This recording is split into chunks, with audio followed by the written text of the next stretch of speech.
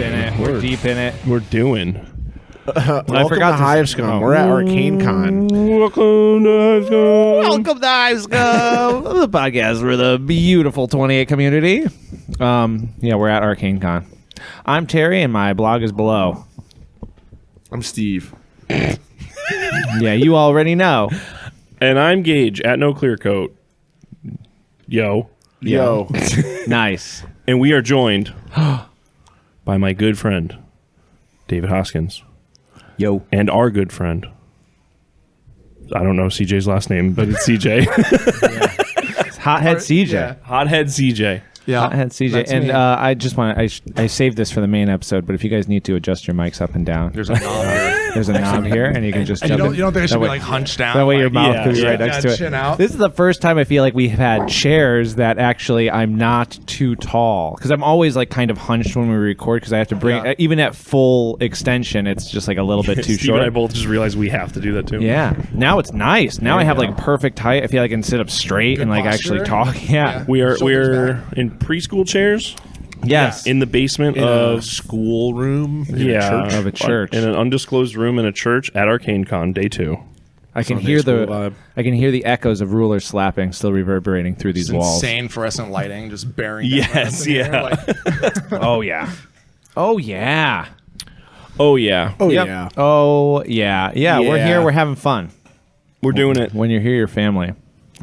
I played an absolutely wonderful game with David Hoskins and Gage called What? Oh, Wanted Wanted. Reward, Yeah. 10,000 CCs. Oh yeah, because you weren't here yesterday. You were Right. here today. No, Yeah. I missed that this morning. Are we going to start with day one, or are we going to go right into Oh, day I two? Well, you guess. just started talking about it. Yeah, it was you already cool. Spoiled it. I'm going in. All right. All right, yeah, wanted. Let's go. I'm Yeah, it trying to was get sick. Gabe on later, so Oh, good. Yeah, good, we'll good, seal good, him good, in. good. Yeah. We'll do short increments. So Yeah. it's not a 5-hour episode. Yeah. Also, then you guys aren't stuck just sitting here going like, okay, Yeah. cool. is Thanks this for thing driving over? out and giving us content. This Bye. is awesome. Well, it sucks. This, you know, as a person who records this podcast, it's a long time.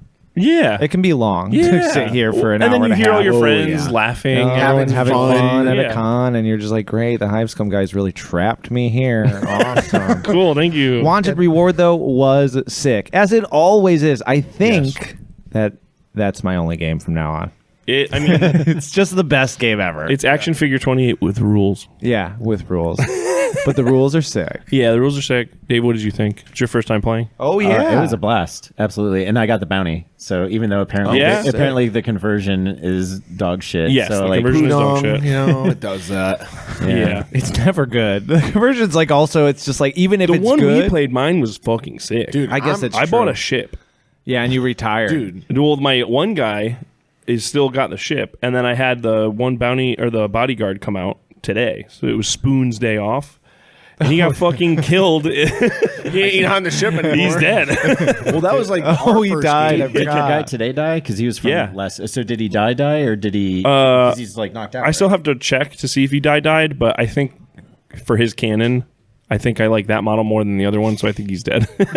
Spoon. That Spoon is first game dead. we played with Gabe at like the starport, Yes. like I think I got like 1 million of the good credit. But I so lost you're my character set. sheet. Yeah. So Wow. it just It's like it doesn't Here happen. he is. it didn't happen. Yeah, we were hunting It's- Bicep Bill. Bicep Bill. Berserker Bill. He got incinerated, his torso, but his arms fell off. So I turned in the biceps. Oh, Bicep there you Bill. go. Yeah. I was like, damn, he was incinerated. And in my head, I'm like, I don't think he can turn that in anymore, but I wasn't going to say it because that's rude. But the biceps are really what they it's some want from Looney Bicep Tunes Bill. stuff. So like it hit him like in the chest, you know. So like Just carved out the whole- incinerated. yeah. The torso is like, but the arms just fell to either side. So I cashed those in for 20,000. What's that? I think that one's Pudong. Poondong. Is But that you bad? got it's not Poon Dong. Are we allowed to say that on the? Yeah, you got a 63% cut Okay, of six- that, and then that 63 Not then bad. gets converted into a universal Did he credit. get taxed?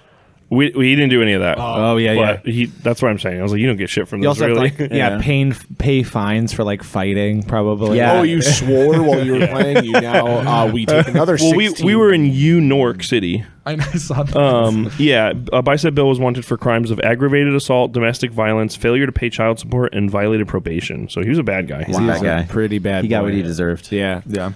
Yeah, he was tough cookie. I found a vacuum cleaner in a locker, and I just like That became fixated your on personality? the whole thing. Yeah, for the walked into the gym, tried to do the weightlifting challenge, lifted it twice. Gabe had a soundtrack for the weightlifting challenge. Yep. Okay. It was like an EDM, like Gabber, fucking aggressive playlist. Cool little mini game where you rolled a D8, and then you had to roll better than a 1 or whatever, then better than a 2, then better than a 3, then better than a 4, then better Strongman than a 5. comedy, yeah. So I only rolled twice, and then I rolled a 2, and was like, well, now I guess I lost this. Luckily, though, there was lockers in the back, and so I looked in the lockers, and I found a vacuum cleaner, and so the vacuum cleaner I used to just like suck things closer to me. So I didn't really play the game, which I never do. Hey, you disarmed those guys though. That's true. so like, and it made my job easier. And then they just picked up their guns off the ground and shot at me. Yeah. Hey, give me the time I needed. Yeah, There you that's go. true. That is true. It's kind of like we work together. You're not getting any. You're not I was getting, gonna say. you're not getting any of these. I don't poodogs. expect So any Terry's poo dog, making though. more money than your reward just doing like normal jobs. Yes. Like Yeah. as a janitor. Being a janitor. Oh, yeah. His That's- hourly wow, rate you're is doing Generally, great. how wanted Yeah, works. But like, it's so cool because you can play it like goofy. Like Terry can be off fucking vacuum Well, he cleaner. found the noise salesman. set, or someone found the noise set in one of the rooms. Yeah, it was just an actual model, little like pedals, and actual like a PA pedals system from there. Tanner's like It's- set at Adepticon. It's kind of giving me like Hitman vibes, like Yes, the video for game, sure. you know, where you just Totally. like put on the costume and now you're like a maid with your vacuum waiting for like Absolutely. the bounty to come by or something. Yeah. But like, the game can be played very goofy, but it can also like, oh, you can game it and play it just Totally. just Inquisitor. Yeah. My guy was only going around looking for Tyler's guy. I walked up to the bounty and said, "Have you seen this guy?" I was only going to go kill Tyler's Real guy. T1000. Yeah. It's funny that though you compare it to Hitman because Yeah. the game itself feels like Hitman. Well, and it like what Steve was saying, you could either play it like straight Hitman, where you're like serious about this shit, or you just do the Or goofy those, like, shit. gun you, and like- run games. Yeah, you try to throw shit off the roof to like land on the guy when he walks past, Which or- works, and Yeah. it's great. Totally. I Totally. really like how anything you do as well. Like, if you hit somebody, like blood, just like there's all those blood tokens. Yes. Like the blood just goes everywhere. He had a liquid token for anything that could happen. Yeah, There was there's oil. water, like. oh, Yeah, I wonder. yes. I hope there was a piss token. But there is. yeah, it was just in the art gallery where you were fighting Bicep Bill, and it was just like, all right, here's more blood tokens. Here's more blood. Here's more blood. Yeah. Well, on top of it, then there's like the chaos meter where like the more shit going on, Yeah. like people start freaking out Right, around right. you, and like more citizens can arrive, or like cops can show up. Sterling had an influencer following her after your character kind of brought them outside. Well, they were following me, Yeah. and then Like a bunch of but vloggers? Yes. yeah, like a vlogger. The model even had like a little phone out and stuff. Like literally selfie mode on and, the phone. yeah, and so, but I ran by Sterling, and she's like, "Yo, that guy get me on camera." Yeah. I don't consent. I don't consent. Yeah, and so she shot the camera out of his hand, and then filmed him like crashing out to like get views of like popular like vlogger like flipping his shit, Yeah, you yeah. know, Extreme ruining his internet career, Yeah. and like stepping on his neck to raise her reputation higher. That's just like It the real was world. fun. Yeah, just like that's life, baby. That's The it. game was great. It was exactly. Oh, and then there was a spaceship too. There was just like a car. It was just like a little spaceship parked on the side of the road, and Tyler was just playing around with that car the entire game. Yeah. Eventually, he got in the car, and then Gabe just goes, "Oh, actually, you can't activate the guns. It's just a little toy, but then you press the back, and it kind of whirs, and then like the things come out, and then the guns actually like they, It was spring loaded, shit. so all the guns You mean popped the out of mini the ship. itself, Yeah, like, just the pop- Is it like real Looney Tunes? Like well, the wings were literally like, like Like real Batmobile slow, shit? and then all of a sudden it was like guns. it was crazy. that or That is so I was like, because I had made a joke that was like, just run into the guy or use the guns Yeah, on use the the guns. thing. And he goes, Gabe "Oh, was wait," like, and oh, then this presses the does have a button. gun. That's So awesome. cool. Yeah, it made me think like, oh, I should take action figures more seriously. I should take like those little toys Yeah. at thrift stores like more seriously They're for what they are just worth. Like out of package, not even kit bash. Just Oh, being yeah. like, this is now a spaceship toy. I'm gonna prime it and paint it, and now it is a spaceship mini. Yeah. Those little things also just like clearly made the game better for us. But Right. you were telling me about the Call of Cthulhu. I don't know if it was a game you played in or it was a game you heard of. I think the one I heard of with like The guy who left the room. yeah, with the brain in the box Yeah, or whatever. yeah. Oh, where you discover? Yeah, they find He's the got, brain. It's got like a speaker in it, and Yeah. he's like talking to the players through it. GMing through a brain in the box. Yeah, that's funny. leaves the room and has a walkie-talkie. He's talking to the players through a brain in the box. Oh, While the well, brain's it's in not the- a I mean, Insane. it might just be like the gaming urban legend never happens, yeah. but it sounds cool as shit, right? Yeah. Like that's it's inspirational. Yes. Yes. If you want to make a game like Call of Cthulhu, that's like you got. I feel like you got to work around some stuff in that game, but if you want to get that immersion and like get into it, and then man, doing stuff like that, It's the best. yeah. CJ, Yeah. what do you play? What do you get into back in Nork City? In New York City. So I come from like the OSR RPG side. So actually like a lot of this wargaming stuff is like newer for me Yeah. actually. I kind of just like snuck in and hit you guys up for that first issue and was like, yeah. You're and just then, like, cashing in on it. Yeah. Quite literally. For the Glaive Lamborghini. Yeah, Wow. 100%. But no, like all of the OSR stuff is like what I am really into. I mean, I'm getting really into. I mean, the Wanted game sounds incredible. I actually wanted to ask, like, so the engines for like the chaos stuff, like how is it just like tables, like nested tables that It's you're rolling a through? million. or- The game has a million tables. A million tables, but getting to that like hysteria level, it's like there's certain things that bring the hysteria up to, or the panic level, I think it is. It's like panic level 1, 2, nothing really happens. 3, it then brings it into hysteria. Yeah. And then there's a whole nother table because there's NPCs. Right.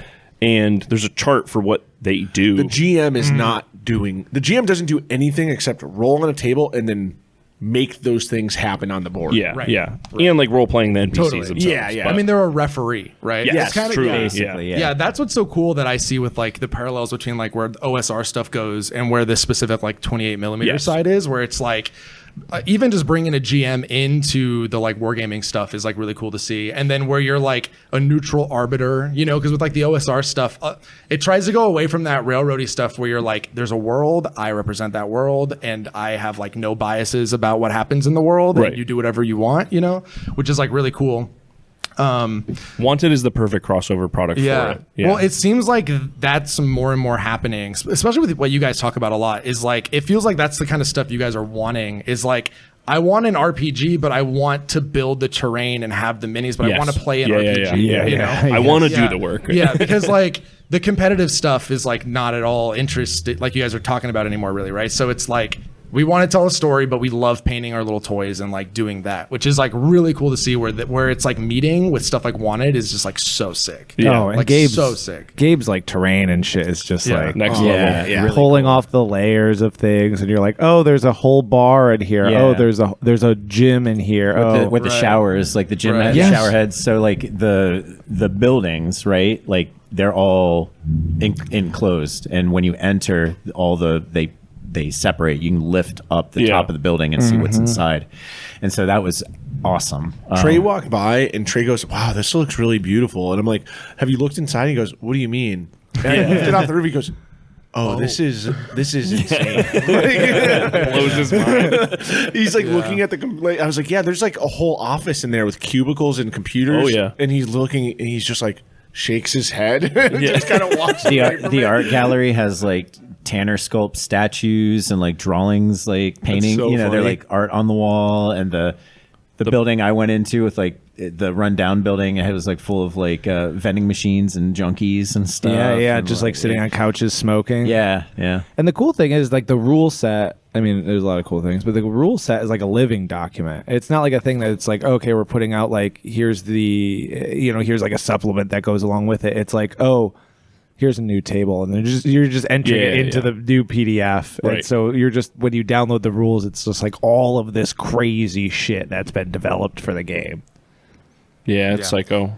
Yeah, it's pretty unhinged. It's awesome. Like if Gabe wasn't there to run it, like Oh, yeah. it would be. It wouldn't be the same thing. Yeah, It's a GM game for sure. Like, yeah. Like you got to know, like if you got somebody that knows it and can like sit there and play it with you, like Well, and to make the terrain like.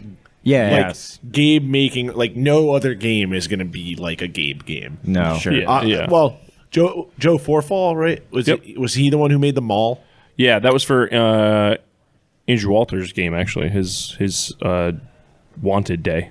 Yeah, and they made a strip mall like the size of this table, and it was not each not little painted stores to and the same everything. thing, but like it was like built to the precision level of like, oh, this looks like Mall of America. In every store you can go in, there's probably like 30 stores. Yeah. It's 2 floors. Like it looked crazy, and I think that's like what you So look sick. for from like, oh, you want to play Wanted, like. You can't go into it with the same vision like of what you're going to get. from Yeah, some of those it's DMs. parallel though is like with OSR games though, where a GM makes a world for you. Yeah. Right. Yeah. Well, and also with Wanted, it's just basically a story generator, right? Yeah. And like, I don't know if you guys know Chow Clips. He did the comic in this issue that's coming out. He's kind of like in the scenes. He's an artist. But he actually on YouTube is doing a solo Wanted series. So he's been playing some cool. games like solo running through Wanted. That rocks. And I mean, but it's like designed for that too, though, right? Yes. Because Yes. like literally every other like character in the game, right, other than yours, you're just rolling to see how they react to shit Yes, happening, yes, right? yes. So it's like, I mean, it's faster if you have a GM that's like ready to go, but he's able to just generate these insane stories where it's what's really cool about that with like solo playing, like role playing, which I've been doing a little bit as well, and I've had fun with. But when I play RPGs and stuff, I don't really like when I feel like I'm deciding what's happening and the world's not like reacting to what I did, right? So hear like you, yeah. sometimes with like solo role playing, it can turn into like, oh, I'm just like writing like a novel, like I'm just writing Yeah. a story, and like sometimes I'm rolling. Where something like that, it's like I shoot the gun and now I open the book and it tells me what happens and I have to Yes. react to that, and then it tells me what happens. It's and I like have an to oracle react to chart. that. Yeah. But like more precise But, almost than like done typical well, because Yeah. sometimes oracles I feel like can still put the onus on Yes. you Oh, to for be sure. creative, Yeah. right? And that's like cool, but sometimes I like want to play. I don't want to like be flexing. You want like, it to be the- nitty gritty. Then you want it to tell it's you like, exactly. Yeah, what's gonna I happen. want to be making decisions, because that's what I think is so exciting about RPGs is like I make decisions and stuff happens because of Yeah. those decisions, Yes. right? Yeah. Because there's like the story game side of our hobbies, which are cool, but it's like I'm gonna like when I cut the sword, I'm gonna use my like storytelling token to tell you that it actually decapitates that character, and Right, then it's right. like now it's your turn to tell part of the story, Yeah, right? yeah. Which is like a totally different side of the hobby. Where I think what's really cool about like the OSR and like the 28mm stuff when it gets like narrative and stuff like this is it's like we have no idea what's about to happen. Yes, and truly. we really have like we can't decide what's gonna happen. Yeah, like the yeah, game yeah. is gonna happen and it's gonna be Yes. this crazy awesome thing, and we're gonna leave it like, whoa, did you see what just came out of that? You Yeah, know? I'm Which walking is, into like, a so room sick. and across the map, someone's using their super vacuum to Which is suck guns up. which is where like the referee perspective becomes cool, right? Because it's like not even the DM is deciding what happens in the story. Yes. Yeah. The DM's just saying like this world has rules and I'm gonna make sure those rules happen, like gravity and shit like that, even, you know, like this conversion rate of this pudong to whatever, right? Yeah, These yeah. things, like I didn't make that's like already set in stone, and then I just arbitrate those rules. Yeah, You know? right. I'm going to tell you something. Yeah. Mordheim does that. Yeah. That's why people like Mordheim. Yeah. Yeah. I Like, think though the- what's all of yeah. your actions in the game have like not many games of that like of its time. Other games didn't do that. Yeah, like a falling and like a like falling, like how like just even the critical hits, things like that Yeah, weren't existing yeah. in war games. I wouldn't at call the time. Mordheim a role playing game by any means. No. though. Yeah. No, but I'm What was saying that? like Yeah. Don't jump across the table, do a role playing game to me, dog. Dude. Although I feel like it wouldn't be that hard to like take kind of like the design ethos of like Wanted and just put it into like Mordheim. Yeah. Right. You know, Yeah. because like really you just need like to be able it's to the have combat system of Wanted. Yeah, or like you like- know like cut and paste. right. Or just it's like the chaos engine of Wanted. What's a that you, like, fantasy cut and paste currency in, right? besides gold? Pudong, No. Like the old fantasy currency. shekel. Yeah. yeah. It's always just like the metal, yeah. right? Like platinum. Yeah, I was going to silver. say, wanted reward 10,000 Electrum. But then yeah, you have some funny shit where you like go in the tavern and you like throw the throwing knife and then the barmaid's like, what? And you just have like crazy shit happen. Yeah, which would be really right? funny. Yeah. It'd be really funny. You know what? Yeah. Not a bad idea. Yeah. But Wanted is cool. I can't just start stealing shit and re-skinning it, can I? Am I allowed to? Can I do that? Oh, I mean, that's how you no. just get more cool and cool stuff. I know. Do it.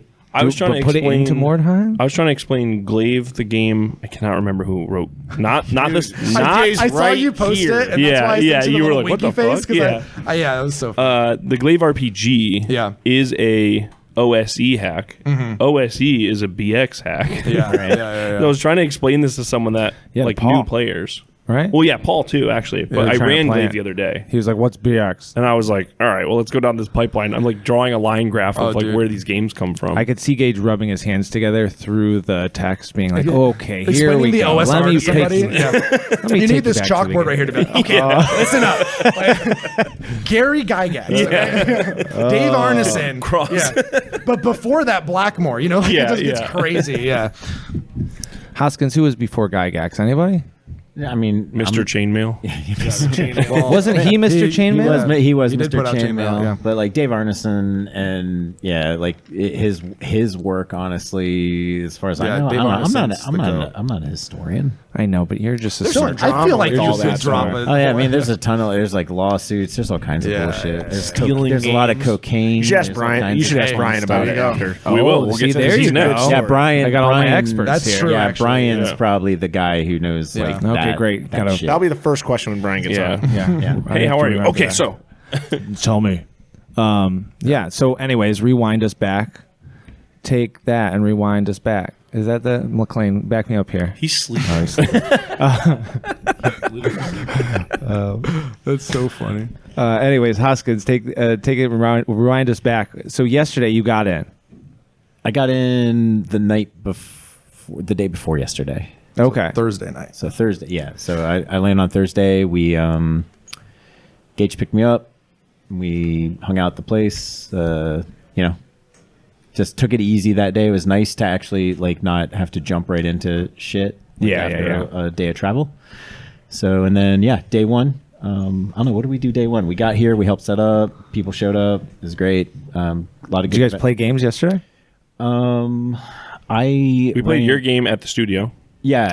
I forgot. Can we talk about that? yes. Are we allowed to talk about Let's that? talk Yeah, about we can that. talk about that. Okay. Oh yeah, I'm excited to hear about this. Okay, yeah. So, and we played a bit of this yesterday too with a bunch of people.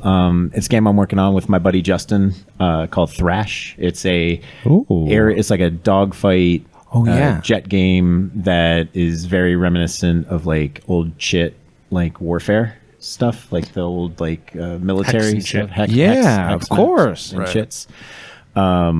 But it's pretty simple to play, and we're kind of play testing rules, and I kind of came up with some scenario stuff that we might try later today to maybe integrate campaign play into it. But so far, we're just been really working the mechanics and trying to find any holes in it. And the nice thing was yesterday, we didn't really find anything. Like nobody broke it. Like Tyler didn't come in and like destroy it, or like. Core mechanic wise, I think it is so solid. Yeah, can you talk a little bit about why you chose like Hex and Chit, and like what makes it different than like another like tabletop game? Like, what's the point of doing Hex and Chit?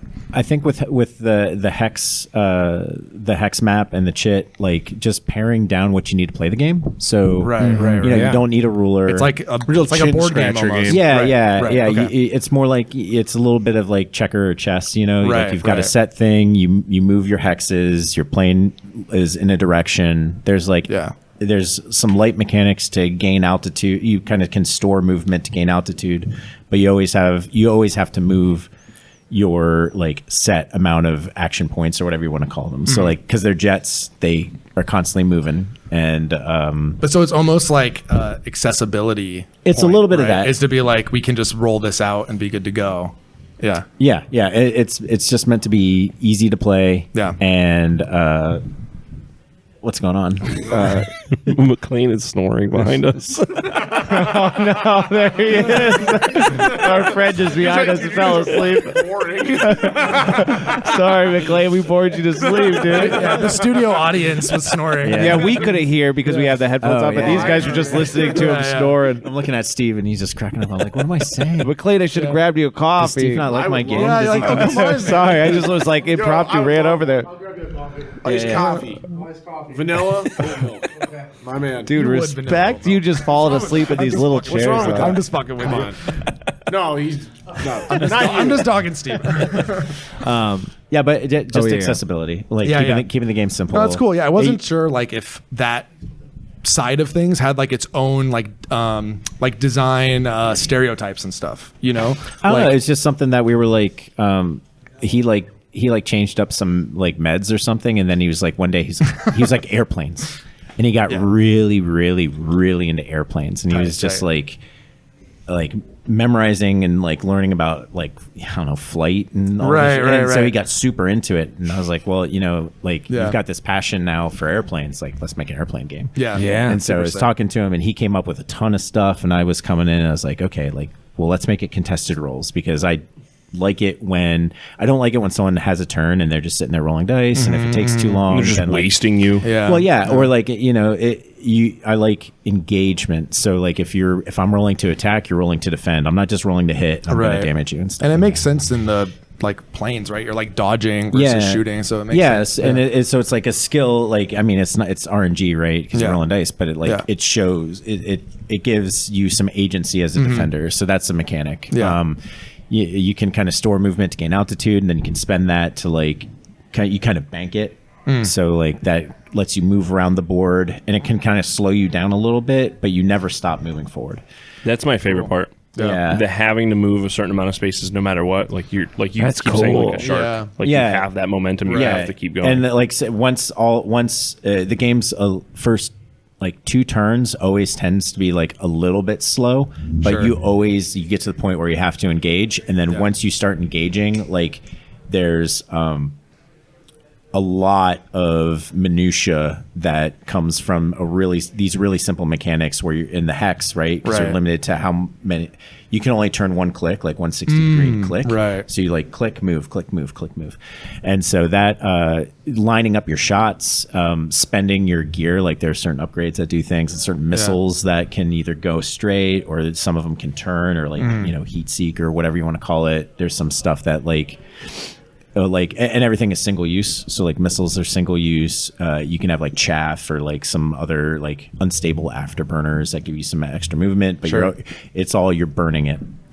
You always have like a machine gun, but it's a shorter range. Feel I don't like know, you're like, in a it's- dogfight. Yeah, yeah, it sounds it's- like you'd be tense when you're like whipping around people. Like, It's, like we had a really good time building it and playtesting it just with ourselves, and it's nice to come here with people that like have you all are very war game centric, so Yeah.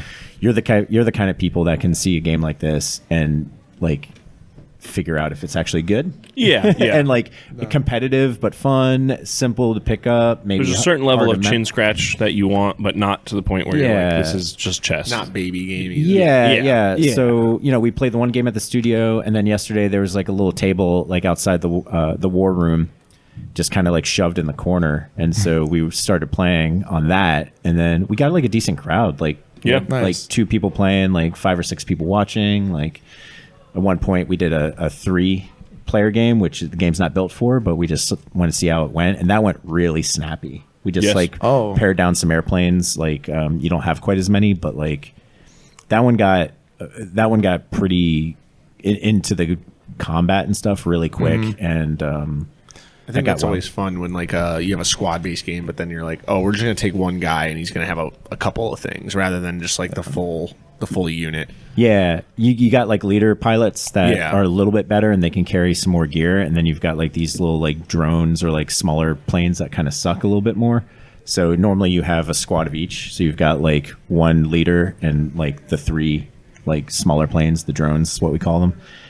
So you got 2 of those. So you got two sets of those. But when we did a 3-player game, we just gave everybody one. So they had 1 leader and 3 drones. And it went pretty good. Sterling cleaned house. I don't think she lost a single unit. Sounds And, like Sterling. Yeah. Poor Sam just had some really bad dice, and also started on a weak side of the table. So hopefully we can get Sam in another game for a redemption arc. Yeah.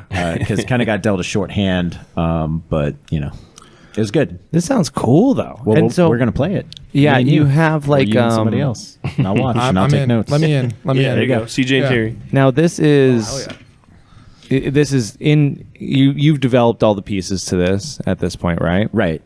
I mean, it's like printed out on paper with Right. like little wood hex tokens with pictures glued on them, and like cards, like printout cards that are just kind of sleeved and put in with playing cards. So they're like, it's like cheap. It's like ASCII Major art. prototype shit. Yeah, it's Yeah, prototype yeah. shit, but like it's got like Justin did like all of the like he did all like ASCII art style. That's so Oh, and neat. I, That's you so know, sick. like I do some art direction for work, and I'm like, I don't think I need to change anything. Right. Like, it's kind of awesome. Right? It gives it like a unique sort of feel too. Yeah. And like the board itself has some like it has some terrain kind of like printed on the board.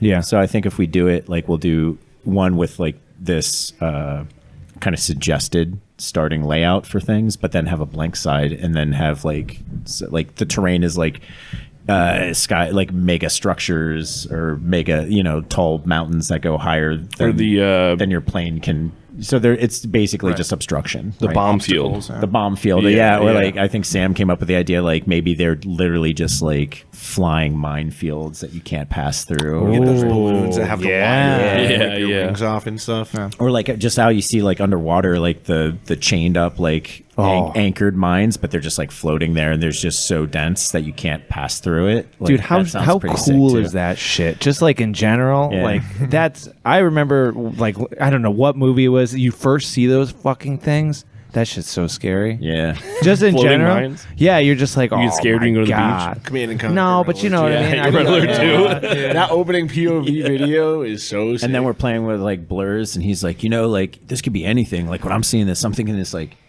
these are big bugs. It's like, Dude, yeah, that's man. so blurs. Yeah, like it's like, man, they're sure. Like, let's print out some big bugs and just like you could reskin it however you want. And then I think Gage was like, you play a game of this and like have a game of 40K going on, and like whatever gets like downed, you correlate that to the correlates game of 40K. Oh, and, like, yeah, something, yeah. like, idea. something falls and like explodes on the map. Like that's pretty sick too. So I don't know. There's like options to expand past it. I'm just like when we were developing it, there was a ton of like additional things that we were like, this would be cool, but like, does it make the game fun?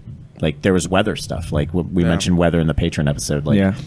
did it make the game more fun though? Like I don't know. Like it just. I don't think weather mechanics. That's the problem. Yeah. I don't think weather mechanics make a game more fun. But there's like other. Unless you're playing Meteorologist 28. Yeah, great which, game. Which needs to be made. Terry's working on it PVE, right now. PVE, man versus nature. quite literally. Yeah, What sounds tight about that Man though, vs. Nature too, would be a sick name for the game. yeah. is just more games that have like zero setup like barrier to entry, Right. Where like even just like between war games or like between a couple games of Mordheim or something, you're just like, somebody had to dip out, let's just unroll our I can't remember what you said the game was called. Thrash. Yeah, Thrash. Yeah. Let's throw out Let's Thrash. roll it out and let's just fucking thrash. It's an yeah. acronym, but we yeah, don't, we don't know what it means. totally. But the It Yeah. will mean something. well, But yeah, it's like because everything based, even like Magic, right? Like you need to have a deck that you Yeah. probably want to build and like add proxy stuff into and stuff. Where it's like nice to have a game where you can just open the fucking bag and you're ready to play.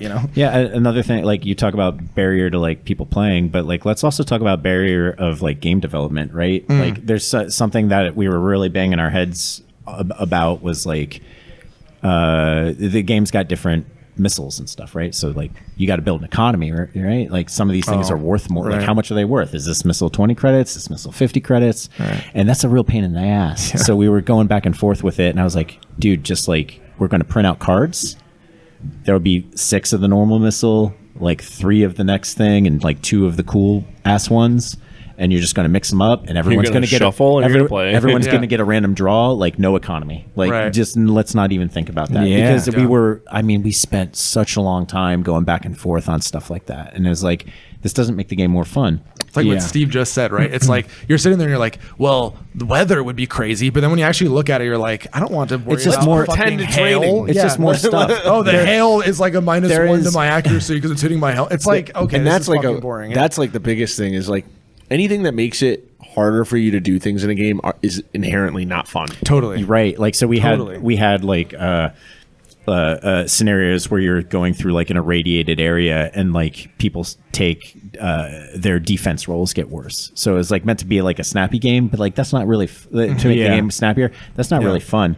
We did come up with like a turbulence mechanic that like got kind of a dumb name down to Wacky Wind, where at the end of every round you roll a dice to see if like Wacky Wind happens, and you roll a dice to see like because it's a hex, so it's a 6-sided, it's a 6d6 game.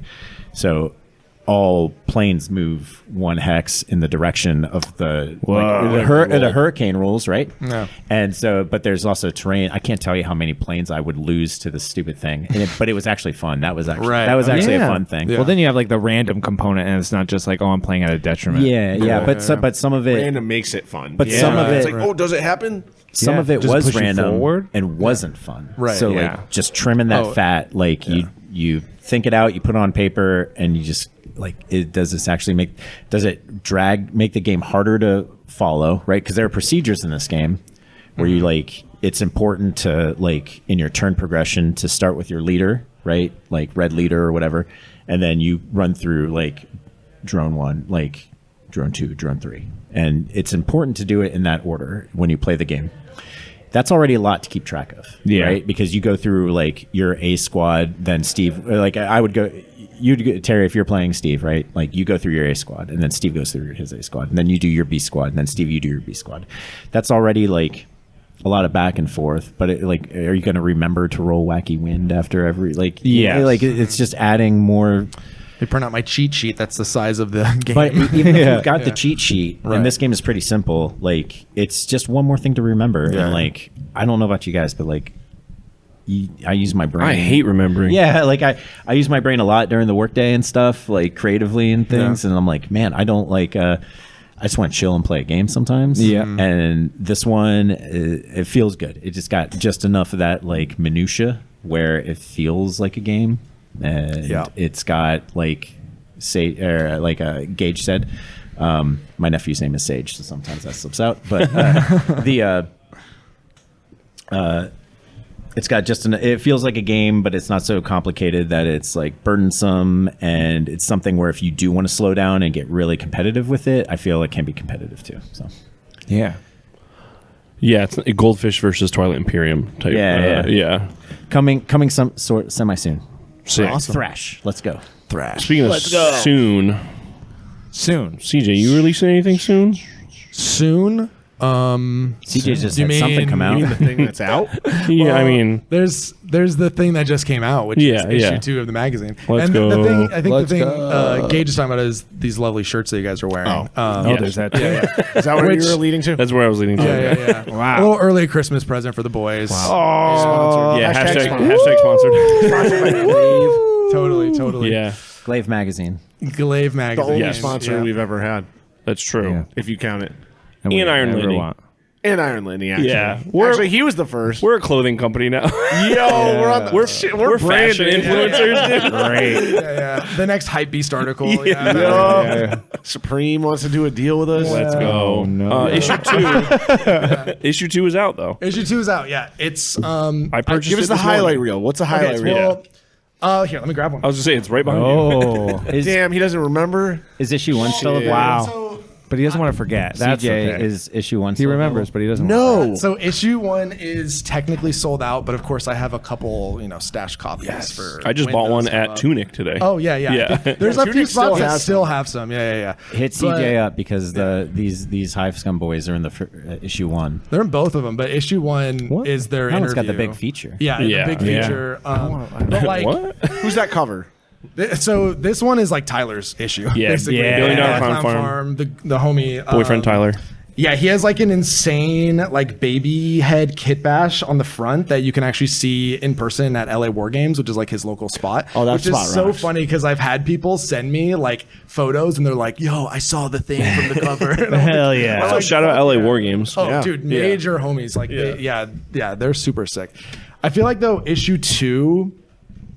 I think this like finally captures what like Glaive is supposed to be. Like, for one, it's the last issue was like 60 pages. This one's like over 100 pages, which was like what I wanted, and this one covers like so many more sides of the hobby. So like you have shit like talking about like jungle music from like the 90s. That was like in all of our favorite video games. You have like a whole article written about like LAN parties by like the best Merritt K, who actually put out a book called LAN Party. That's like probably like the de facto like best like photo history of just LAN Oh, parties. sick. It's like super sick. And so she talks about it in this. She has an article in here like talking about just like how LAN parties like kind of came to be and how they've like faded because of like kind of our internet spaces, and how it's like kind of funny how like it's now easier than ever to do a LAN party. Steve would know, but like we don't do them anymore. Nope. You know. Yeah. And we're losing. You know, it's that idea of like the more like social the internet gets, the less social we as people become. You know. Yeah. I'm part of the internet. I'm part of the LAN Party Association of New England. I've been since I was like 12.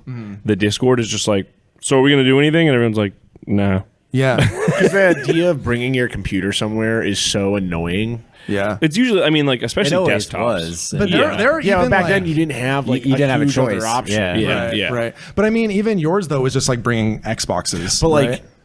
and that's kind of where like ours, it's like the taking the access of entry or the wall of entry Right. out of the way, where it's like, oh, we own 10 Xbox 360s that we've had for Yeah. 10 years now. I own Bring an a Xbox monitor, bring a 360. I mean, monitor, like- buy a Yeah. $15 controller Yeah. on Amazon, and then like just show up. Because literally, even when I was looking at you talking about it, it was like, yeah, it was like bring an Xbox or bring a copy of Halo. But I'm like, I don't have those, so like, you know. But you like, can get them so no, easily totally, sourced totally. now. Like, What I think is cool though now too is like, I don't know, in New York City there are some cool spots that are like gaming bars that have like, you know, Yeah. like computer setups and consoles and stuff. And which I think is, I guess, probably like the closest thing you get to like modern LAN, where you just go with your friends to Yeah, like yeah. the local spot. And we like, actually post have one up. in East Hampton, Prodigy. They have like Yeah. a game center, and they Yeah. have like It's like really sick. It's I want to awesome. start like pairing up with those guys and doing like more shit there, because they're always looking, probably the same spot that you're talking about, are always looking for like event shit. They want stuff They happening want stuff there. to happen. Yeah. And it's like as easy. I mean, they all have like Steam and shit ready to go. You know. Ooh. Well, now lands Caffeine delivery. Lands will be back on the come up. I think so. I mean, There would be a revival. I think LAN though, like revival. also what's tough is just Discord, like playing online with your friends is so easy now. Yeah, but it's and not. it's like It's different. It's different. Oh, it's Like, that absolutely LAN for sure. party, Yeah. like, Oh, it's so different. Yeah. I don't know, screaming at your friend, or even a guy you barely know, Yeah. just screaming at him Oh, across the room. 100%. I It's parked just- down the street and I heard Steve's whole house screaming. Yeah. And I was like, yeah. this is a vibe. And at one point, like one of the dudes that I've been playing with forever, this dude Paul, he has two siblings that have Yeah. always come to the LAN parties too. And like he's like, yeah, my brothers might show up, and they showed up. And one of them was like, oh, we need another Xbox. Runs to the vintage game store down Yeah. the street, buys 2 Xboxes, and they Crazy. immediately like, all right, we got 2 Yeah. more people running games right now. Get them while you can before the That's so sick. before the revival gets Yeah. big, and then they start selling them for 400. I mean, they're 500 already bucks. overpriced. I feel 360 is $80. Get one now while you can. like. Yeah, that's sick. No, but it's funny. It's like, you ever see the clip of Tyler, the Creator, like pointing at a bunch of bikes, and he's just like, just get a bunch of bikes, just get like a whole bunch of bikes, and then you could just ride around with your friends whenever you Yeah. want. And Yeah. It's just fun. Like it's the Totally. same thing with Xbox 360. Just get a bunch of Xbox 360s, and you could just have a bunch of fun with your friends whenever you want. Yeah. It's so funny how I feel like when we were like younger playing Xbox, it was like, you go do something else, you're wasting your time. And now it's like I'm on my phone and it's like, go play Xbox with your friends, Yeah, you're wasting yeah. your time, right? Yeah. Yes. Yeah. It's so And it's funny. like, even that's like a step away though, because Right. it's like we could all hang out and just do something. Yeah, It's like, yeah. hang out and play a video game sounds pretty Yeah. cool. Yeah. Yeah.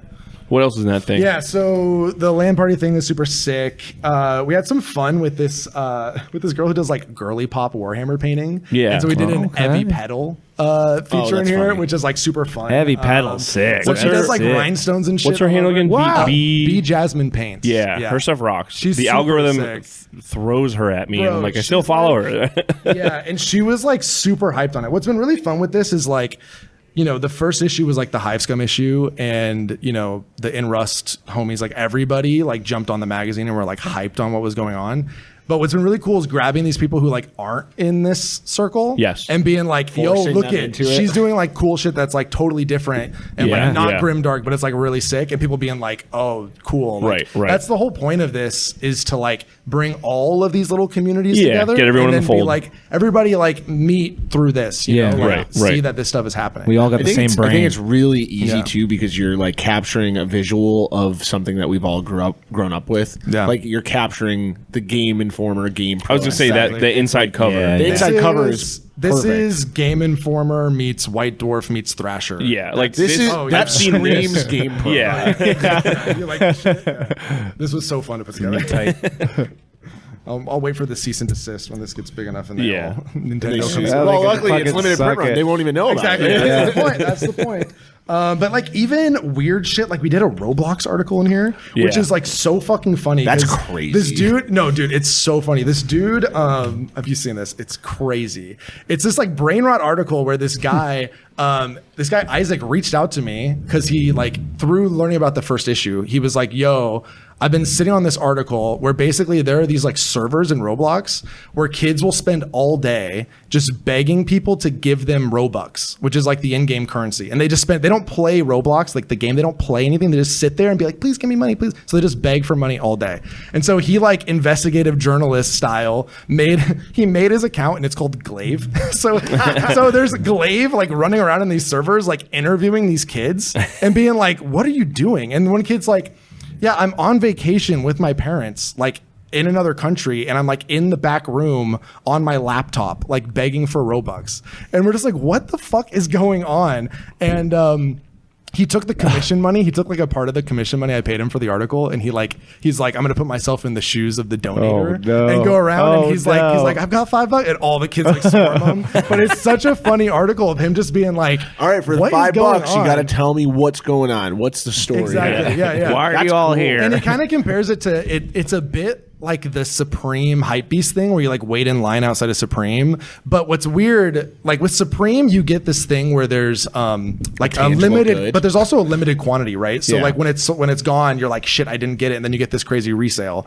But like these are like digital skins that the kids are wanting to Yeah. buy with the Robux, right? They don't go anywhere, Right, And they're right. still doing that like Hypebeast thing where they're like, I need the money so I can buy the like flaming like the wings Fortnite for my thing. thing. Yeah, Yeah, exactly. yeah. But Those you are can't- kinda But limited, you I can't guess. do that in Fortnite, which is like you can't sit there and beg somebody to give you their like No. Fortnite bucks or whatever. So it was like a really funny article that like really captures what I want to do with this, which is like talk about what's actually happening in like the gaming culture, right? And like the Yeah. lifestyle that we experience through like the scenes that we're a part of, and write about that so that we can all like have a place to see what the fuck's going All on. the freak shit. You know? Yeah. The freak shit on like all these different areas. The Roblox freak shit. Yeah. Yeah, literally. Yeah. Dude, hell yeah. Yeah.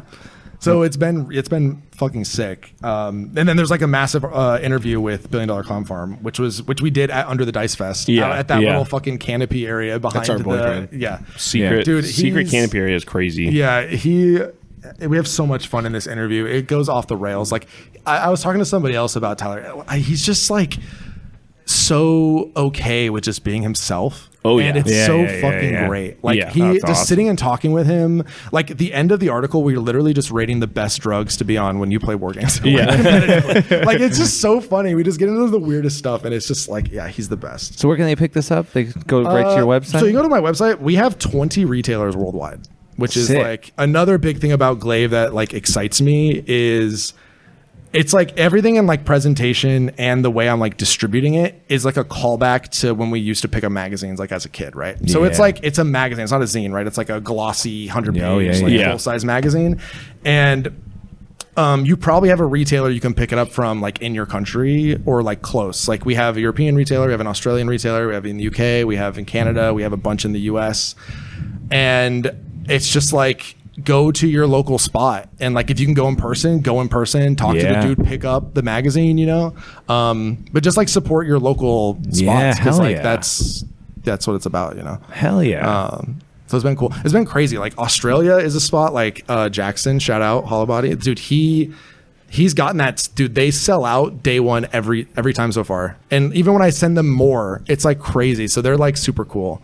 It's Yeah. been really cool to see like other people like all over just get hyped about it. we love those Australians. Dude, they're so tight. So Anyways, we tight. should kick you guys off so you can go Yeah. enjoy the con. We don't want to hold you guys up here all day. You guys have any closing statements? Anything? Yeah. This camera, this camera, this camera. Play Thrash when it comes out. Yep. Yeah, Thrash is going to happen. I'm definitely gonna play with Terry tonight. I ArcaneCon want to. is a really great experience, and I think next year it's going to be bigger. And so follow Brian. Arcane Sword Press. Arcane Go Sword to his Press. website. We'll grab him in a ArcaneSwordPress. second. Go to his- .com. Yeah, he'll be on later, but it's a great experience. Good people, good town. Yeah. Read Glaive. Read Glaive. If you sick. want, you know, pick up a copy. There's you can see more pictures of what you missed under the Dice Fest in here too. Yep. So that's cool. Yeah. All right. Yeah. Okay. Right, get the hell out. Bye. Kick us out of your little kindergarten room here. Yeah. All right, now who's next? 3 hours later. Yeah, we already recorded like 45 minutes. So you're coming in the second half, the back half. That's cool. And we're gonna rein it back in. Back Yo, half. we're here. Is it recording? Yeah. All right. Yo, we're back. We're back with Brian and Joey. What's up? What's up? Ciao, paisans. Yes, there you go. Let's blow out the That's speakers no, right away. Yeah, you got this. He's already twisted knobs. I'll calm down. Terry know. needs to always hit the knob. Yo, do yeah. you have the fart button for this episode? No, they won't let us have that. The morning zoo soundboard. We tried it. It was Terry- It was the worst episode in least ratings that we've listened to done. episode. It was awesome. I loved it. Everybody Luckily- wanted it back. Luckily, I brought my own slide whistle for this. Yes. Everybody pull a boner. I'm going to do the old slide whistle every time somebody messes up. All right, so we're here with Arcane Bryan and Joey Royale. Which one of you wants to go first? Tell us who you are. one will Give us go your. first? Give us Let the your. boss man go. Yeah. I'm no boss.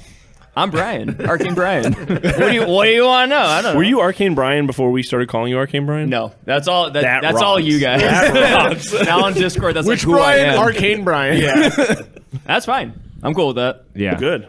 Thanks for doing this at the convention. Thank you for having the convention. The very fun, awesome, successful convention. Thank you. Hoskins just gave you a Standing ovation. yeah, he gave you a sick review. Where? On the podcast. The first 45 minutes Oh, of the cool. podcast. Hey, this is a podcast? Yeah. All right. Yeah, he told us that you would tell us the Oh yeah, you have to tell us the beef of D&D. the Gygax. The Gygax beef. And then like what was happening before Gygax.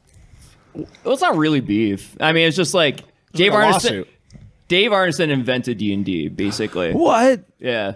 Okay. But why do all the things say Gygax on them? So Gygax really liked the idea of it, and he put Arneson developed Blackmore, which was using his own kind of home game called Brownstein, and then Gygax made Chainmail with Steve Perrin, whatever, right? I don't know. And he started using Gygax's and Chainmail. Gygax had the fantasy supplement in the back to run fantasy armies like from like Lord of the Rings or whatever. And then Dave Arneson was like, what if I pull those guys and instead of having them fight big battles, I just have them go in underground layers. And what's cool is there's an example of Arneson when he introduced it to players is he literally took them into a dark room in his basement and had like a garbage bag inflated or something. This is triggering me. Yeah. And it was just like, and he just was like, all right, you're in this room and you see this like weird shiny mold in the distance. What do you do? And that was like the first time there's like a fantasy role-playing thing like that. And so he got Gygax involved because Gygax was interested. But since Gygax is like, like a business-minded man, he's like, oh, we can like sell this to people. We can put it out there for war gamers, So and Arneson was just a guy with a big imagination and a big heart or whatever. So we have both of them to thank though. 'Cause Yeah, we wouldn't do. know about it 100%. otherwise. But ultimately, Gygax hired him for TSR to develop D&D with him, but then he kind of screwed him over by starting advanced D&D so he can cut him out of the royalties of it. Oh, so it was just bad guy move. It was a bad guy move. And then Rather than Gygax... be partners and pals, Yep. he tried to sweep the rug out from under him. And then he put Arneson, I think, into the mailroom because that's like he was kind of shitty about him. He was like, he can't do anything else. So I'm going to hire him and keep him hired out of pity. It's like there's a great podcast called When We Were Wizards where they really go into this. Okay. It's a short-term podcast where it's like a full documentary about it. Didn't Gygax get a penchant for the yayo? A what? A penchant loved for the coke. He liked to. Oh, yeah. So once there was Hoskins money said that involved, too.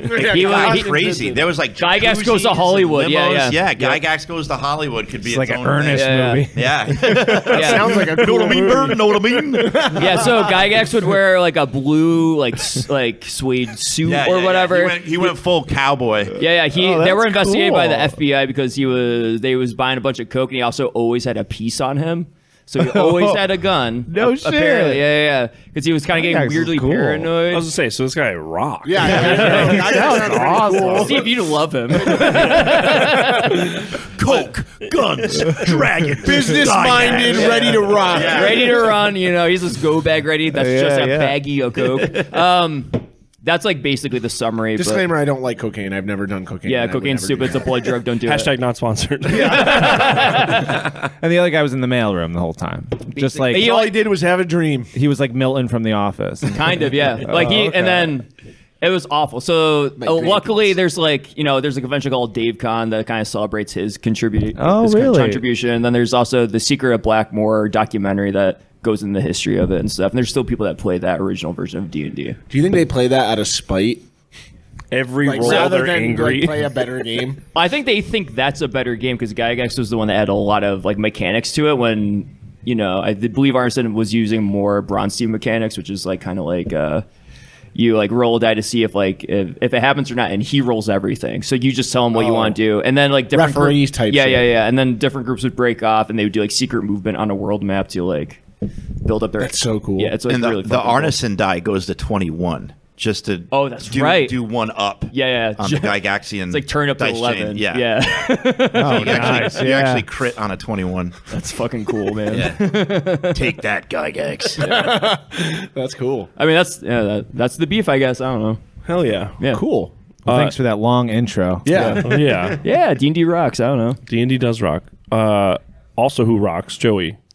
What up, dog? Where the hell did you come from? That's our What are I missed one con with my friends, and then Steve was like, "You got to meet Joey, dude. This guy's crazy."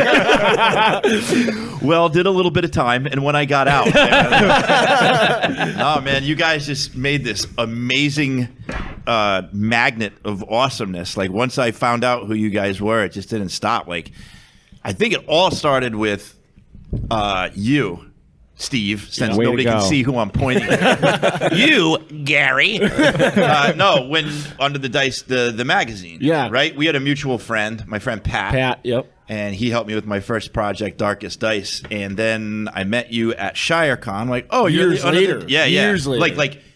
like a child later for me. Like Yeah. it was like 6-7 years later. I'm like, oh, Under the Dice, and it's like I was in your zine. You gave me my first shot, man, and you did. You were the first person to Which is ever so funny interview to me. me. so No one bought that. There it was. I have a copy. Without Steve, Joey is nothing. Oh, come on. But then look at it just snowballed to ShireCon and then to ArcaneCon last year. Yep. Oh no, there was ShireCon at the movie theater, then Yep, ArcaneCon, yep. and then Under the Dice changed everything. That was like an epiphany for me.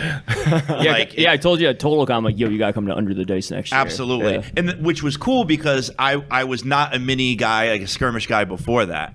I was role-playing guy. And I wasn't even like a veteran role-playing guy. I started in 2016, so I'm a late bloomer. Hell yeah. I'm 40, I'm going to be 46 next week. So this is kind of new to me. And it was like the most accepting community ever. Like to the extent that I played Sunrot and then got a tattoo immediately. This is like these are my people. Like this is it's just beautiful what both sides have brought. The Hive Scum, the Under the Dice, and the ArcaneCon. I've made some long lasting friendships from it. Woo. Hell yeah. want to thank all of you. I don't have anything except no, but you have your own accolades. With, Yeah. you have a game. You have a very cool game. Thanks. So You have like please- one of my please- favorite games. Yeah, You have a game that people that don't play games tell me about. They're like, you got to check this out. I'm like, yeah, I backed it, bro. That's actually who I made it for. People that don't play Yeah. games. So Yeah. like this was, I was playing DCC was my gateway drug. And I experimented a little bit because when I get into something, I can't just experience it. I have to take over. So wait a minute. Yeah. How did you find DCC? So since I was a kid, I wanted to play Dungeons and Dragons because I had a morbid curiosity. There was a D&D quote unquote murder in the town next to me. Oh, shit. And my father, every time we would drive by this house, he goes, "That's where the Dungeons and Dragons murder is." I'm like, "Awesome! I got to play this." I want to Yeah. go there. Yeah. And but there was like this mystery behind it. So cut to in a store, I saw the Dungeon Crawl Classics book, and I'm like, "This is it." It's like the side of a van. The art looked like it was airbrushed on His the side of a pants, van. those striped pants. The that he's wearing. huge striped pants. But I'm like, this is like the feel I'm going for. I wasn't really into like the overproduced stuff and the AR. Like this is like airbrush on the side of a van. This is Black Sabbath. This is everything I hoped it would be. Mm-hmm. And then I actually got to play it. And I'm like, yeah, I want to do this. Like, it instantly became my obsession. And at that time, Goodman Games had a really robust third party. They were really pushing third party publishers where you could email Joe Goodman and he'd be like, "Cool idea, go for it," and then he'd put it on the site. And like, to me, that was my intro to like the zine community. That I wasn't, I knew it from like punk music and all that, going to shows growing up, but not like a gaming thing. Like, all right, the legend continues. Yeah, And it's huge in gaming. Yeah. It's bigger than in music, like in hardcore. Like I think zines are absolutely far bigger in the gaming community. Yeah. And I like that I could use the zines to explore what else was out there. Yes. Because like remember growing up, like we didn't have Google. You had to like buy the catalog to get the albums, or you had to go to the show to find out about these other bands. So there was this truly underground connection part of it that I was also drawn to. So long story short, I started writing my own stuff. And during COVID, I got really bored, and as we all got depressed, I'm like, all right, what is my purpose? Why am I drawn to this stuff? What's the umbrella that all my interests, from David Lynch to Pee Wee Herman to, Alf, all that stuff, what is the umbrella that this all could fit under? And I'm like, well, public access has a mix of everything, so let's just do that. Because I always wanted to be a public access host, too. So it's like, let's smash all. I'm going to do this completely self-indulgent game and see where it goes. Yeah. Sold it. I made like 100 copies, sold it, and like whoever bought the first 100 copies every month would get like a postcard from me, like of an adventure thing or like, I don't know, some sort of ephemera for the game, just to build that connection during COVID. Right. It was almost like pen pal stuff, And then that grew a community, and it started just to kind of snowball from there. And now we have like as of last count, we have over 20 third-party products that people have made. That's so sick. And It's all cool. It's all good. It's all weird stuff. Like I have a guy who's an entomologist. He's like a bug professor, and he's doing like a Super Sentai, like Ultraman spin-off of it. That's really cool. Yeah, like it's crazy. Like the show is on WHPA, but you go into the TV show. There's a Flow is coming out from my friend Hambone and his wife Sally, which is Fairhaven Ladies of Wrestling. There's going to be a wrestling supplement. Of course. A roller derby. Like, it just runs the gamut of all the stuff I could never think of that people are making. So all you have to do, like if you go to the Get Haunted Industries Discord, it's like, just send me an idea. I look at your final copy, and as long as it's not like racist or homophobic, I give you the logo, and it's yours. We're going to go do something. We gotta do something. Yes, dude. That'd be This sounds sick. so cool. But that's been the biggest reward from this. Yeah, it's great to sell books and take my family out to dinner. Yeah. To have to have a garden where you just see this cultivation of other creators coming up with it. Like, that's worth more than gold. Oh, Yeah. it I mean, totally gold is cool too, but Yeah. the community aspect of it is. But is especially like integral. cons like this. So like, true. you get to talk to people that just tell you about a cool thing that happened. Absolutely, In your game. man. Yeah. That's why I love these cons. Like, nothing against the people who organize the giant cons, but those are like, you don't have the time to It's a different experience. This is a crew. Yes. Like, even if we don't see each other for 6 months, you get back together. It's like, what's up, dude? Immediate. How's your family? How's this going? Like, it's beautiful what you guys have made, and what I'm lucky enough to be a part of now too. Oh yeah. So this one's Joey Con. Joey Con. Yeah, we'll see. Because ours are going to be back to back. Back to back. Well, Well, We need maybe something in the wintertime. Yeah. So I mean, and this is the thing, we can triangulate. Like we're all kind of close. Yeah, so yeah, I can yeah. bring Yeah. you guys down to the shore. Boom. Let's do it. Well, this is how it started. When you asked, like, I had this thing called Drinking and Dragons. I remember that's in my what town. what we talked about originally. I believe. Right. So I didn't have anybody to play role-playing games with. I didn't know anybody in my town who played. So I'm like, all right, whatever. There was a bunch of dying bars around. I'm like, if I bring in 30 people, can you serve us drinks? And I have these tables. We're going to play board games. 'Cause I didn't want to play. Yeah. You're going to play Risk all night, which would actually be really cool. I love That's yeah, sorry, I stand corrected. Hi-ho, cheerio. But that's what grew it too. I saw what you could do building a community of gamers, because for something that has the reputation of being like the nerd basement thing, it's really one of the only things where you have to have other people, Yes. friends, to be part of it, to contribute. Right. So Yeah. it's kind of a cool anomaly like that.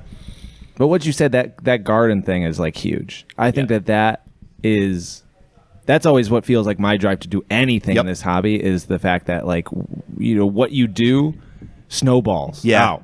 Yeah. And then it gets to the point where it's like anything, and then they make something, and then it snowballs back. Yeah, and you it's- get swallowed up back into this. It's freaking thing. reciprocated. Like, I'm getting ideas for my own stuff from these people making stuff under the third party thing, and it's like, oh my god, that's awesome. I'm going to do an extension of that. Or Totally.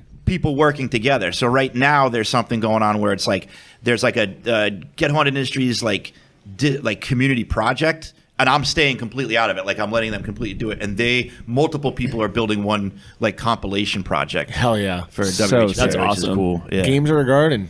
Love Dig games. it. I mean, it's the reason. Like, I never thought at 45 I would have like the best friends of my life, and it all came from gaming. Yeah. Oh, yeah. And like the inspiration, as you get older, I was always fearful of like getting dusty and becoming an adult. Getting into the grind and all that. But this has been such a cathartic, like therapy thing. Like holy cow, I can be 45 and hang out with like-minded people and still stay young. Oh yeah.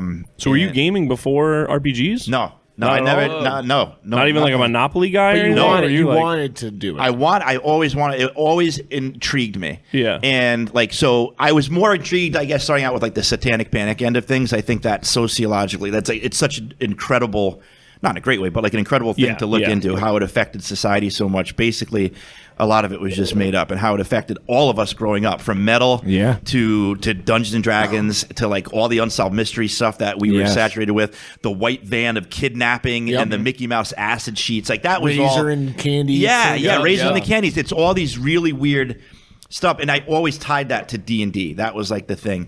And I got into the chick tracks, like the weird Jack Chick religious tracks, especially the Dark Dungeons one. And that was actually what got me rolling in role-playing games. I'm like, all right, all these rules are tough. How can I bake this into a small chick track, disguise it as a religious pamphlet, and leave it around town? That's so And that's sick. what I did. That That's was so my first cool. project. So sick. And from there, it kept on going. I'm like, how weird can I push my games? Like, all respect to regular tabletop D&D and all that, but I always wanted to do like intentionally the garbage pail kids of role-playing games. I want to do the junk food stuff, and I embrace that part. I know my games will never be taken seriously, and I'm so happy with that. Yes, totally. Yeah.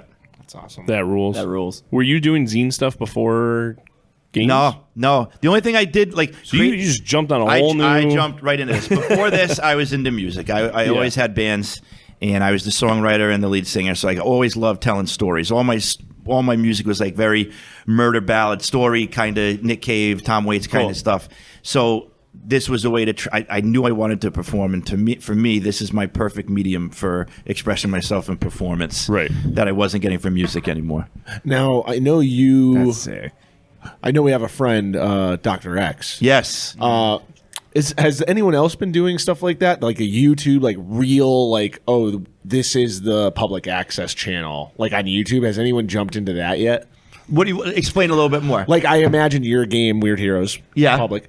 Like, has anyone jumped into making like video footage of like characters? I see what you mean. No, people have brought that up, and that's the next garden I want to tend. Because I think that's a very like I just talking and then seeing the Dr. X, the fantastic half-hour power. Like it's such a cool like little mind-bending like entertainment piece. So I like to work in multimedia into the game because it kind of fits. It's a role-playing game about public access, so it allows you to do like short clips. So Dr. X, that he was talking about, is an alter ego of mine, similar to like Unsolved Mysteries, but more like a creepy stepdad kind of guy.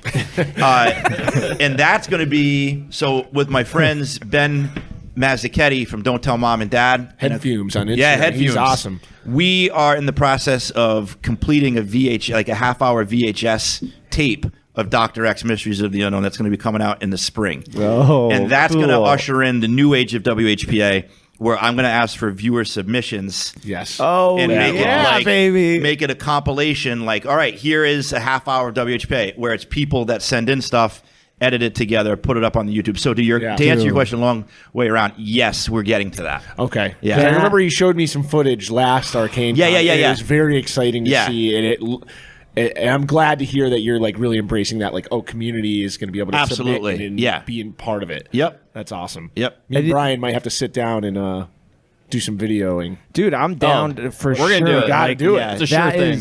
That is such a cool way to give people an entry into something that they already want to do in the back of their head. Yeah. You know what I mean? Like, people want to make videos. People they want to make weird shit. And like, I think everybody has thought, like, wouldn't it be cool if I had a public access show? Oh, yeah. Yes. But now you have the excuse to make a one-off thing. Like, it's not like, well, how would I fill all those, how would I sign up for a time slot and fill it every week or whatever? Now you can just do something small and send it in and be part of that community. And you know what's so weird is like we have the access to do that now. So the weird thing about public access, or the thing that I admire about public access, is like you had to take a course, you had to drive to the station, and you had to expose like your weird niche interests to your town. Yes. Who are then probably going to treat you differently. Who will treat you like crap because I was the kid that prank called the station all the time for the call-in shows. Now all you have to do, and I'm guilty of it, you just go down to your basement, you press a button, and everybody has public access. Yes. But public access to me, to get serious from it, is like extremely important. That gives a voice to the people. And now we don't have the access to community public television like we used to because of the switch to digital and the big stations that have taken over. So those little town voices have been silenced. So intentionally, you have hope points in Weird Heroes of Public Access. And when you get injured, you lose hope. And a fate worse than death is to have zero hope and you become a normie again. And you lose your channel. It's awesome. And you have to go back to work. That is so sick. Dude, That's kind of my Marshall McLuhan statement on how media affects us all and power to the people kind of thing. Damn. So I'm not just a dummy who bleeds marinara and talks loud. I actually have a communication degree. Okay? Oh man. Oh, that is beautifully put together, though. But that, like, the blending of different medias is such a fun and cool thing to integrate, and especially into our world of like these role-playing games or even tabletop war games, like we did with Bro Pro, just with Tyler's 20-second clip of him in a dark room with static over it, and it's him doing a "we need help" with like all this visual stuff going on and just repeating it on a loop. And it's like that added so much to the game. Oh yeah. And I think those little vignettes, those little videos, little audio things add so many layers and so many, like, just a punch to the games that you play. Like Tyler was saying last night, you should go home and record like a stupid video of yourself, like, for your game intro, and it sounds cool, but I wasn't going to go do that at 11 p.m. last night. Yeah. With a little build-up, though, I could have did it like a week in advance. But you had Halo to play. I had Halo to play. Yeah. Well, ultimately, too, it's like we're all making art. We're all doing weird things, whether it's painting minis, whether it's making music, whether it's making games, whether it's doing whatever. And it's like, I think that the more you make, the more you realize that, like, your voice is different than other people. Yeah. Oh, yeah. And then once you kind of tendril out and you go, like, what if I make a video? Like, what if, okay, let me put me in the headspace of making a public access show. Like, what would I make? You're putting your own spin on things really without even realizing it, because you're just thinking about what you would make. Yeah. And so all of this hobby shit kind of does naturally bleed one into another because it's all just creativity. Yeah. And so giving people more access or more outlets to mess around with, it's just like people are going to naturally push. They're going to start pushing that way and start pushing wherever they can. And overlapping hobbies. Like, I've always been like somebody that needs to compartmentalize everything. Like, well, here's time for my music. Here's time for this. But like, now I'm like, I'm going to come up with a musical. Like, I'm going to be some weird musician in Fairhaven and do an album. Like, that's how like the thing. Like, all right, so I can check off, I need my music fill. So I got my fix for music. I'm going to put it into my game, which builds my game out more, and I enjoy it. So, like, I'm trying to blur the lines where it's just like my hobbies smashed together in a giant meatball. That's so sick. That's so cool. Yeah. Like, that's beautiful. 16 birds with one stone, And it's not like everybody can do that. Yeah, that's the thing. That's Very why it's approachable. beautiful. Everybody can do it. And now you have an excuse to make music, because it's like, if you're playing a game, if you're playing Lord of the Rings, Middle-earth strategy, battle game, battle companies, and you want to make the soundtrack to that game, you can go and do it. And you have a reason to make music. Right. Yeah. You have a reason to try out video editing. Trey making whatever Basilisk. I was going to say the Into the City of crossover is already Damned. there. Like, Yeah. Yeah, so you have that like core cell and then all these little tentacles that come off of it, and it's just one big hobby beast that you got to feed. Oh, every that's so month. cool. Man. Damn. You just made me think about this shit in such a different way. We got one chance here, and we're all holding on to dear life right now. So I'm a self-admitted escapist, and in a healthy way, like you can really build your own world. Yeah. There's always going to be suffering out there, but to insulate, you can build your own world, invite people into it, and they interact with it and make it bigger. And it makes waking up a little bit easier. Right? Yeah. Unless you're staying out at ArcaneCon until midnight. True. Talking about who fucking knows what last night and waking up at 4 a.m. today. That's when waking up is not easy. But that's time with friends. But it is time with friends. Sharing mutual interests because you could get hit by a bus tomorrow. That's it. Freaking A, man. Yep. It's true. Dude, speaking of Getting hit by a Bryan, bus. Speaking of getting hit by a bus, you seem very calm for a guy who's currently running a beautiful convention. Thank you. I am. You have a great way about you. Thank you. I just over-organize everything. As the and teacher you are. Actually, yeah, you get it. You get it too. Yep. Yeah, that's true. It's just like I prepped everything. I've been working out for months, and I basically set it up so it can be on autopilot. The only thing I'm really doing is making sure everyone that comes gets to play at least one game. Because we have so many people here, but people are so excited to be here that they're willing to like do pickup games, and that's like new games that people can play and try out. So my goal is just to expand the hobby and the community around it. I never thought about that things fill up pretty quick. They filled up right away. Yeah. Last year, you didn't have the walk-up slots, right? No, I only had them available if someone canceled. So this year I did do walk-up slots. Perfect. People complained online, but it's you great. know what? I've seen you take care. Yeah, I agree. I've seen you take care of every person like a gentleman. Like we've all been to cons where like the security guides take it way too seriously. Oh yeah. Or like, no, sorry, dude, you don't have a red shirt. Nope. Yeah. But everybody's here is like, I got big cons. I got room. I got 7 people. I'll make you number 8. Like you don't want to see this is. I told my wife last night, and it's like I don't know how anybody could feel like a wallflower at these conventions that you guys put on between Under the Dice and this, because everybody is welcomed in. It looks like a different scene than most cons. Oh, for sure. All walks of life, and nobody questions anything. Yeah. And you don't see that a lot. I hope you all realize like how different and special what you guys are all doing is, and how it is gaining momentum. I know you guys sit and you do things, and you're just like, if it echoes out, whatever. But like, I hope you guys realize what a big difference you're making. Like, this is critical mass. Like, this is all we're going through a renaissance right now, or some sort of just birth. Even not a renaissance, but a new birth of like a new kind of scene when it comes to gaming. Inclusive, cool, metal, folk, whatever. Like, it just blends everything. Yeah. And anybody who walks through that door is welcome, unless you're a Nazi. Yes. No. Then I'll take your teeth and your ears and wear them in a majestic necklace.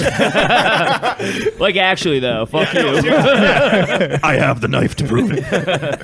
And the cool thing about this is I think these conventions, they bubble out rather than get bigger. Yeah. Well put. I don't think they will ever get too big. I don't think there'll ever be a point where it's like you need to you cut people out. Yeah. Because like it will just kind of disconnect and then become another convention and another convention. And it'll be like, okay, now once a month there's some big thing happening based around something. Exactly. And that's literally how this happened, is because Under the Dice. And I mean, that's like, it's beautiful, man. Y'all build it. I'm like, I can do that. So We've said that to everyone. The most important thing, though, is when you do it, you invite us. But that's also why, like, I've been like 10 toes down. Like, I'm not going to a convention center. I won't go. I will never. Yeah. If it's not a wooden ceiling with like kind of crappy lighting, like I don't want to do it. Yeah. Like everyone else can go and do that, and I'll stay home. It loses such.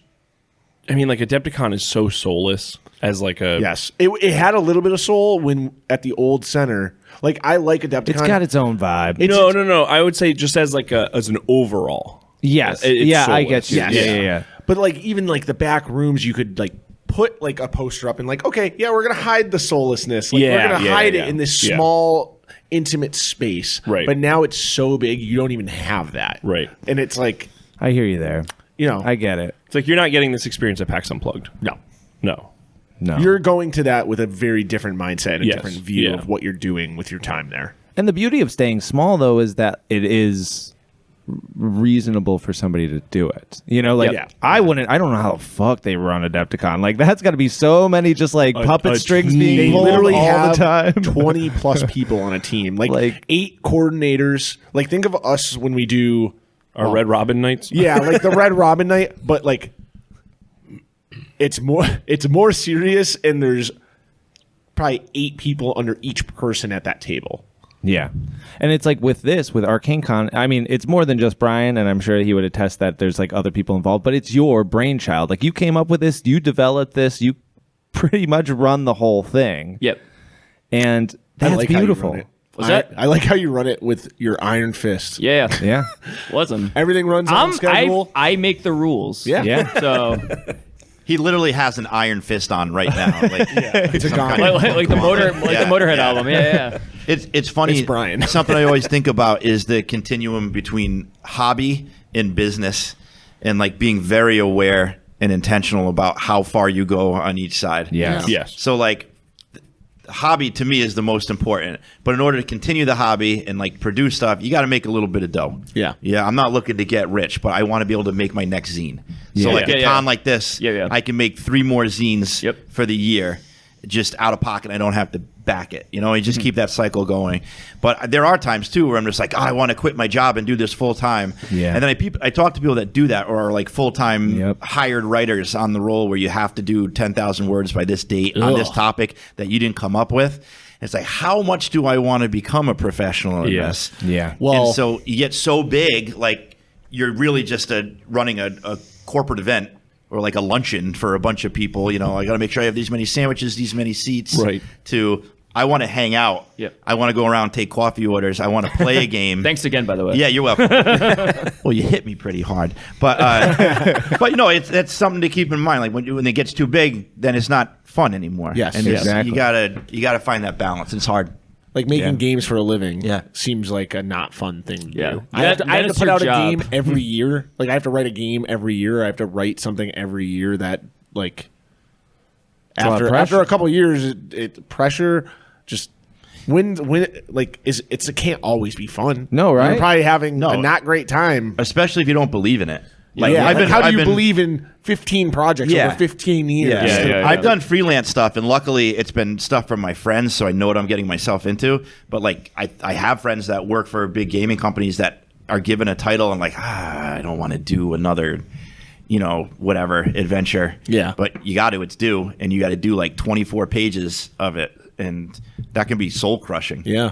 I mean, it's not the end of the world. No, but you can always take your spin on it. But like when it's a corporation, it's harder to be like, oh, I see that really cool idea. I'm going to twist it in my view. But like, you can't do that. No. You have to answer to somebody, and it's not your painting anymore. Yes. You're using somebody else's hand to paint. Yeah. Yeah, and we've seen this stuff start to like pop up everywhere, like people doing their own little things, and a lot of times it starts off with just being like 20 people. You know, it's just something small, maybe even smaller. Like shout just out like Death by Die Fest. Yeah. Oh yeah. Insane. Doubled in size it looked like this year. Right, and then it's like it's gonna go from there, and then it's like then you'll reach a nice little healthy point where you're like, okay, and that's when that shit starts to split off. Yep. And you get these little like pustules popping up. Yeah, someone that went to Jonas's Fest is gonna go somewhere else. Right? Yeah. But imagine looking at a calendar and looking at the map of New England, and like as this kind of momentum begins, like this month is this thumbtack in the map. Yep. Yes. This and it's like all the strings connected. This guy knows this person knows this person, and we have all we take over New England first. Well, then it becomes like shows, you know what I mean? Where it's just like every Friday night, there's a show somewhere. Oh my God! Imagine that. Playing tonight? Imagine that, because unfortunately, in my town, it used to be a big music town, but the kids aren't picking up guitars anymore. So imagine if that was the switch. Now there's like gaming night, picking up the dice. Yeah. Who's running the fest this weekend? Yeah. Let's see, where am I going to go? Oh, it's 45 minutes away. Cool. Yeah. Maybe I can hop in a game of Weird Heroes or whatever. Yeah. There's no more seats. Joey ain't taking anymore. Or MCC. Thank you for holding a spot. Oh, of course. For me to play whatever MCC. you need. Whatever you need. Oh, you're running MCC? No, he played his first game. I played my first game. It was very cool. What was your character class? We played 4 level 4 or level 0 Zeros characters. funnel. Funnel. I was all hunters for that game because it's either your hunter or your gatherer. So he had printed up all of these random sheets. So I ran 4 hunters. It didn't really apply, and I didn't think it would. Yeah, no, it doesn't. I just basically ran them as just kind of screaming dummies. That's the point of it. Meat grinder. That's cool. It was cool. How many did you end up with at the end? Embarrassingly, I ended up with 3. Wow. Too many. Know. You didn't try hard enough. Literally did not press You didn't press the red. You didn't press enough red buttons. The game was ending, and I was like, "Oh wait! I haven't killed enough of my characters yet." I would have been doing dumb shit. And I tried to because we were playing with a good group of people, but they were trying to win, and you could tell that. But we got to there was an electric fence part, and I was like, my guy says I think I can run through it, and just runs through it. It gets her, or just keeps doing dumb things. Yeah. That's I should have done more of it. That's all right. But it was cool for my first time. And honestly, I don't know who this guy was that ran it. He did a great job, and it made me think I think I tried too hard to do one-shots. This was a fun little story. It took 2 hours. We were done. We started at 9:30, ended at 11:30. Yep. Great. It was awesome. Great. And it wasn't super complicated. He ran it for 8 people. Mm-hmm. And I was like, fuck, man, maybe one easy hook, go from there. I should just start planning and being okay, a month from now, we'll all get together, I can't do the long sessions anymore. I show up with 4 note cards, an idea on each one, and let the players fill in the blanks and just go from there. That's good. I've run 3 games since our last time we recorded, all off of Ben's Quest Giver. Oh, really? Oh, yeah. How's That's that? cool. Sick. It's just literally going, they're hunting this guy? Okay, cool. Man, Ben has so many good ideas. He would have. He's too quiet. I went up there and I said, "You're coming on the podcast, right?" He goes, "My wife and I are getting dinner. Goodbye." Come on, man. I told you, Ben. We'll corner him. We'll get him. If we get him to come to the studio, it's gonna be the game. You can't get him to go to the studio. We'll trick him to dude. record. No, I want a game with him. I don't want to record. We're gonna play Shadows over Europe. Got to play while Shadows the over Europe. mics are here. Yeah. You know what you don't see a lot anymore is kidnapping with a net. Yeah, you gotta bring it that back. That Bring weighted it back. net, like that Planet of the Apes weighted net. Oh yeah, to be used. You can see that. Throwing it out bolus. Polo net. That's how we can get friends to do things for us. Oh, the net gun. Now we're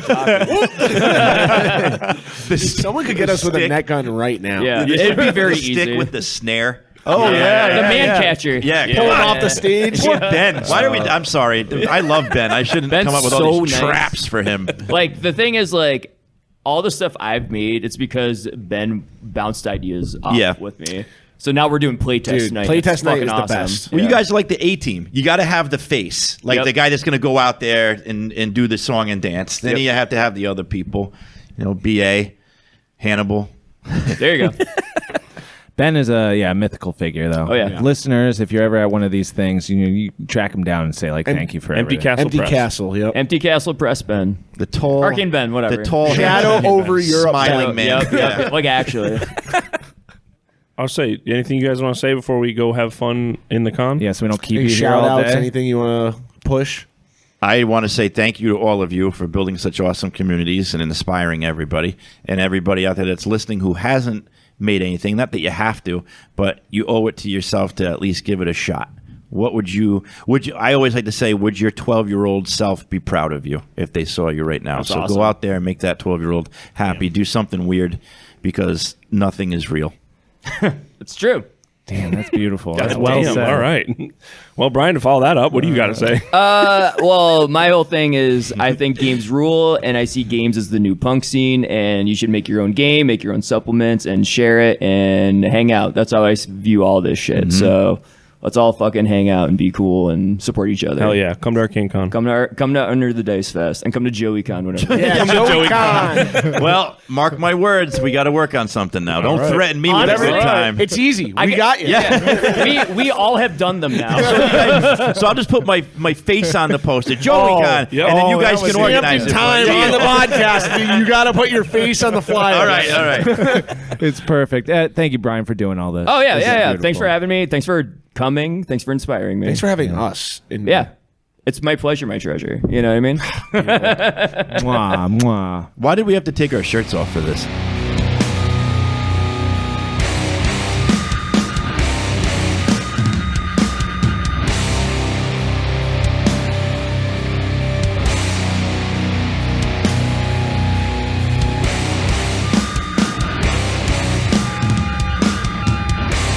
Thanks for checking out this episode of Hive Scum. If you aren't already part of the community, check us out at the In Rust We Trust Discord, which you can find down in the description below. If you have questions you'd like to ask us, you can find our Instagrams down below as well. Or feel free to ask away on the Discord. We also have plenty of extra content and other perks available to our patrons on Patreon. So if you're interested in helping us keep doing what we're doing, then you can find that description below as well. Until next time, folks, keep it grimdark and keep it grimy. Peace.